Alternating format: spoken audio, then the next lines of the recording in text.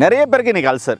Endoscope பண்ணி பார்த்தேன், gastric அல்சர்ன்றாங்க, peptic அல்சர்ன்றாங்க, கேர்டுன்றாங்க, அமிலம் ரிஃப்ளெக்ஸ் ஆகுதுன்றாங்க அப்படின்னு சொல்கிறாங்க. அல்சர் வரதுக்கு முக்கியமான காரணமே நிறையா ஃபீல் பண்ணுறது சொல்லுவாங்களே, வயிற்றெரிச்சல் படாதன்னுவாங்கள்ல, அது மாதிரி நிறைய ஃபீல் பண்ணாலும் அல்சர் வந்துடும். தூங்காமல் செல்லை நோண்டிகிட்டே இருந்தாலும் உடல் உஷ்ணமாகி அல்சர் வரும்.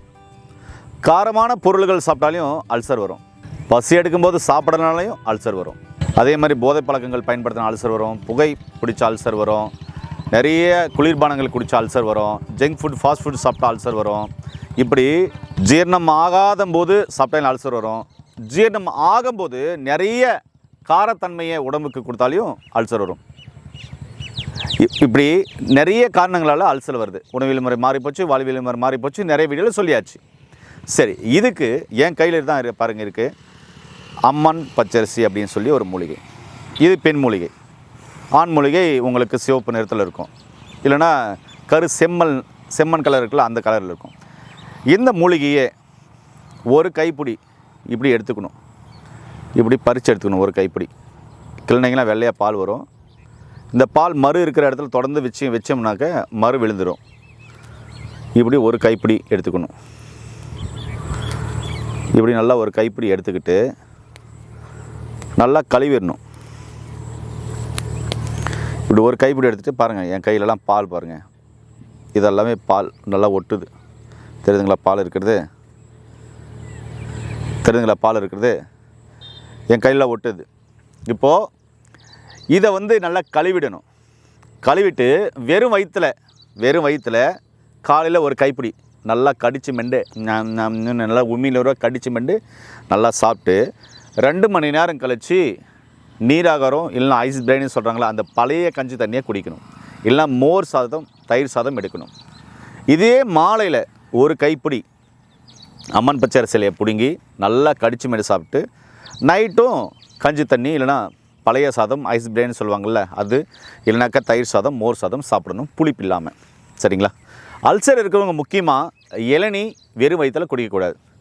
அதே மாதிரி புளிப்பான பழங்கள், ஆப்பிள், ஆரஞ்சு, திராட்சை, சாத்துக்குடி, பைனாப்பிள், இது மாதிரி புளிப்பான பழங்களும் எடுக்கக்கூடாது. புளிப்பான உணவுகளும் எடுக்கக்கூடாது.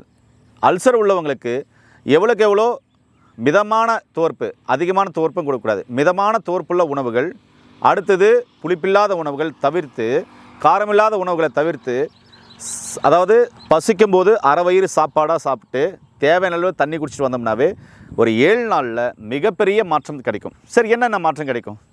அல்சர் உள்ளவங்களுக்கு வயிறு திம்முன்னு இருக்குது அப்படின்றாங்களா, அந்த வயிறு திம்முன்னு இருக்கிறது கொஞ்சம் கொஞ்சமாக சரியாகும். அதே மாதிரி கொஞ்சம் சாப்பிட்டாலையும் வயிறு நிறைஞ்ச ஒரு ஃபீல் இருக்குது அப்படின்றாங்களா, அதுவும் சரியாகும். ஏப்பம் விடும்போது அமிலம் ரிஃப்ளெக்ஸ் ஆகும்போது பார்த்திங்கனாக்கா இந்த நெஞ்சுக்கு மேலே பித்தம் ஏறி தொண்டை வெளியே அதுக்கப்புறம் ஒரு சிலருக்கு அப்படியே கசப்பாக வெளியே வரும். அது மாதிரி பிரச்சனை உள்ளவங்களுக்கும் இது சரியாகும். அமிலத்தை குறைக்க ஆரம்பிக்கும். அதே மாதிரி மலச்சிக்கலை குறைக்க ஆரம்பிக்கும். உடல் உஷ்ணத்தை குறைக்க ஆரம்பிக்கும். சிறுகுடல் பெருங்குடல் இருக்கிற இன்ஃபெக்ஷனை சரி பண்ணும். மலவாயில் இருக்கிற இன்ஃபெக்ஷனை சரி பண்ணும். இப்படி அல்சர் உள்ளவங்களுக்கு இந்த மூலிகை ஒரு வரப்பிரசாதம் சொல்லலாம். ஒரு 7 நாள் அதோடு சேர்த்து நீர்க்காய்கள், நார்க்காய்கள், காய்கறிகள் எடுத்துக்கலாம். அந்த கஞ்சிக்கு தொட்டுக்கிறதுக்கு அது காய்கறியாக எடுத்துக்கோங்க. காரம் இல்லாமல் சமைச்சு சாப்பிடுங்க. தக்காளி வேணுந்தால் ஒரு தக்காளி 2 தக்காளி நீங்கள் போட்டு நல்லா கூட்டு மாதிரி செஞ்சு சாப்பிட்லாம். இந்த 7 நாள் நான் சொன்ன மாதிரி நீங்கள் சாப்பிட்டு வந்தீங்க அப்படின்னு சொன்னால் அந்த 7 நாளில் உங்கள் அல்சர் பெருவாரியான அளவு குறைஞ்சிருக்கிறதையும், அல்சர்னால் ஏற்பட்ட பாதிப்புகள் உடலிருந்து வெளியே போனதையும், அதுக்கப்புறம் எனர்ஜி வந்ததையும் நீங்கள் கண்கூட உணரலாம். அந்த அளவுக்கு இந்த அம்மன் பச்சரிசி மூலிகையில் மருத்துவ குணங்கள் ஏராளமாக நிறைஞ்சிருக்கு.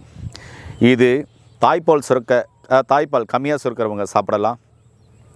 பெண்களுக்கு குழந்தை இல்லை, பாக்கியம் இல்லைன்றவங்க சாப்பிட்லாம். அதே மாதிரி பைல்ஸ் கம்ப்ளைண்ட் உள்ளவங்க சாப்பிடலாம். ஒரு சில கல்லீரல் சார்ந்த பிரச்சனை, ஃபேட்டி லிவர் கிரேட் 1 கிரேட் 2 இருக்குன்றவங்க சாப்பிட்லாம். உடல் உஷ்ணமாக இருக்கிறவங்க சாப்பிட்லாம். பித்தம் அதிகமாக இருக்கிறவங்க சாப்பிட்லாம். மலச்சிக்கல் உள்ளவங்க சாப்பிட்லாம். முக்கியமாக அல்சர் பேஷண்ட்டுகள் இது தாராளமாக எடுத்துக்கலாம். நம்முடைய முன்னோர்கள் இதெல்லாம் எடுத்ததுனால தான் ஆரோக்கியமாக இருந்தாங்க. இதுவே ஸ்கின் சம்மந்தமான பிரச்சனை உள்ளவங்களுக்கும் மிகப்பெரிய அற்புதமான வேலையை செய்யும். ஸ்கின் டிசீஸ் உள்ளவங்களுக்கு டெய்லியும் ஒரு 10-20 இலை இதை சாப்பிட்டு வந்துகிட்டே இருக்கு பாருங்கள். அந்த ஸ்கின் அவ்வளோ மென்மையாக பளபளப்பாக இருப்போம். ஸ்கின் சார்ந்த பிரச்சனைகளும் படிப்படியாக குறையுதா கண் கூட பார்க்கலாம். அப்படிப்பட்ட ஒரு மூலிகை தான் இந்த அம்மன் பச்சரிசி. அதனால் அல்சர்னால் கவலைப்படுறீங்களா? எனக்கு கவலை வேண்டாம். நீங்கள் எடுக்கிற மருந்து மாத்திரைகளோடு சேர்த்து நான் சொன்ன இந்த வழிமுறையில் தொடர்ந்து இந்த மூலிகையை எடுத்துகிட்டு உணவியல் முறை வாழ்வியல் முறை மாற்றுங்க. முக்கியமாக உங்களுடைய உணவில் பேலன்ஸ் டயட்டை கம்பல்சரி கடைப்பிடிங்க. மீண்டும் இன்னொரு அருமையான பதிவு சந்திக்கலாம். நன்றி, வணக்கம்.